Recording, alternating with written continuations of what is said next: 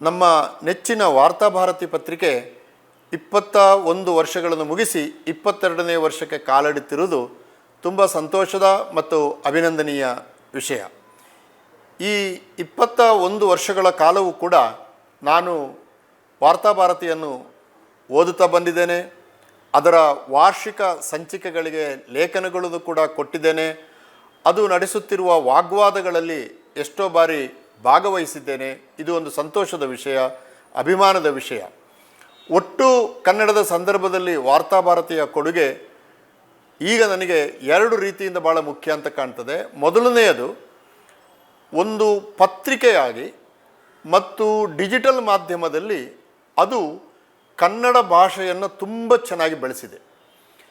ಇವತ್ತು ಕನ್ನಡದ ಬೆಳವಣಿಗೆ ಕುಂಠಿತವಾಗುತ್ತಿರುವಂಥ ಸಂದರ್ಭದಲ್ಲಿ ಕನ್ನಡ ಭಾಷೆ ಅನೇಕ ರೂಪಗಳನ್ನು ಪಡೆದುಕೊಂಡು ಬೇರೆ ಭಾಷೆಗಳನ್ನು ಒಳಗೊಂಡು ತನ್ನ ಅಸ್ಮಿತೆಯನ್ನೇ ಕಳೆದುಕೊಳ್ಳುತ್ತಿರುವಂಥ ಸಂದರ್ಭದಲ್ಲಿ ವಾರ್ತಾಭಾರತಿ ಅದರ ಪ್ರಿಂಟ್ ಮಾಧ್ಯಮದಲ್ಲಿ ಮತ್ತು ಅದರ ಡಿಜಿಟಲ್ ಮಾಧ್ಯಮದಲ್ಲಿ ಎರಡೂ ಕಡೆಯೂ ಕೂಡ ಭಾಳ ಉತ್ಕೃಷ್ಟವಾದ ಕನ್ನಡವನ್ನು ಬಳಸಿಕೊಂಡು ಬರ್ತಾ ಇರೋದು.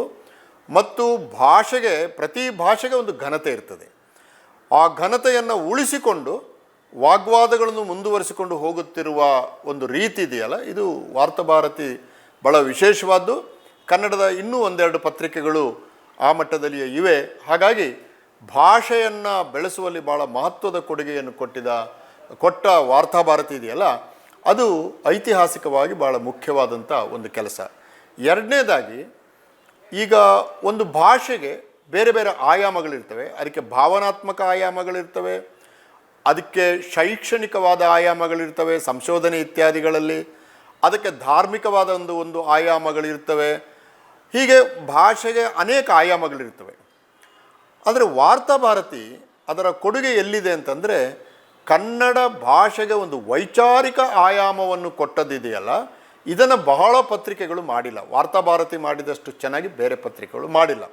ಇದಕ್ಕೆ ಅತ್ಯುತ್ತಮವಾದ ಉದಾಹರಣೆ ಅಂತಂದರೆ ವಾರ್ತಾಭಾರತಿಯ ಸಂಪಾದಕೀಯ ವಿಭಾಗದಲ್ಲಿ ಬರುವಂಥ ಅಂಕಣಗಳು ಮತ್ತು ವಿಶೇಷ ಲೇಖನಗಳು. ಹಿರಿಯರಾದ ಸನತ್ ಕುಮಾರ್ ಬೆಳಗಲಿಯವರಿಂದ ಆರಂಭವಾದರೆ, ನಮ್ಮ ನಡುವಿನ ಪ್ರಖ್ಯಾತ ಚಿಂತಕರಾದ ಶಿವಶಂಕರ್ ಅವರ ಬರಹಗಳೊಂದಿಗೆ ಮತ್ತು ಡಿಜಿಟಲ್ ಮಾಧ್ಯಮದಲ್ಲಿ ಅವರ ಭಾಷಣಗಳೊಂದಿಗೆ, ಮತ್ತು ರಾಜಶೇಖರ ಹತಗುಂದಿ ಅಂತವರು ಸಾಂಸ್ಕೃತಿಕ ವಿಚಾರಗಳ ಬಗ್ಗೆ ಬರೀತಿರುವ ರೀತಿ ಇದೆಯಲ್ಲ, ಇದು ಕನ್ನಡ ಭಾಷೆಯನ್ನು ವೈಚಾರಿಕವಾಗಿ ಸಂಪನ್ನಗೊಳಿಸಿದೆ.